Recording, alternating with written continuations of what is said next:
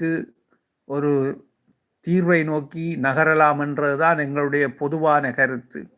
அதாவது நாங்கள் தனித்தமிழீழ கோரிக்கையை முன்வைக்க வரவில்லை. அதற்கான ஒரு கடும்போக்கான போராட்டத்தை முன்வைக்க வரவில்லை. அண்ணன் சீமான் அவர்களின் ஆதரவு தளத்தின் அவருடைய அரசியல் அறிவு ஆயுதத்தை பயன்படுத்தி தர்க்க ரீதியான ஒரு அரசியல்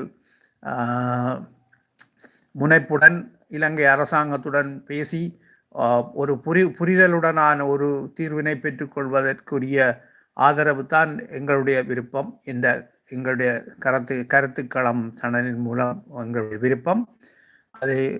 அதன் அடிப்படையில் நாங்கள் எப்பொழுதும் தமிழ்நாட்டில் ஒரு தமிழரின் ஆட்சி, அதுவும் ஒரு ஸ்திரமான தமிழ் தலைவன் ஒருவரின் ஆட்சி வேண்டும்.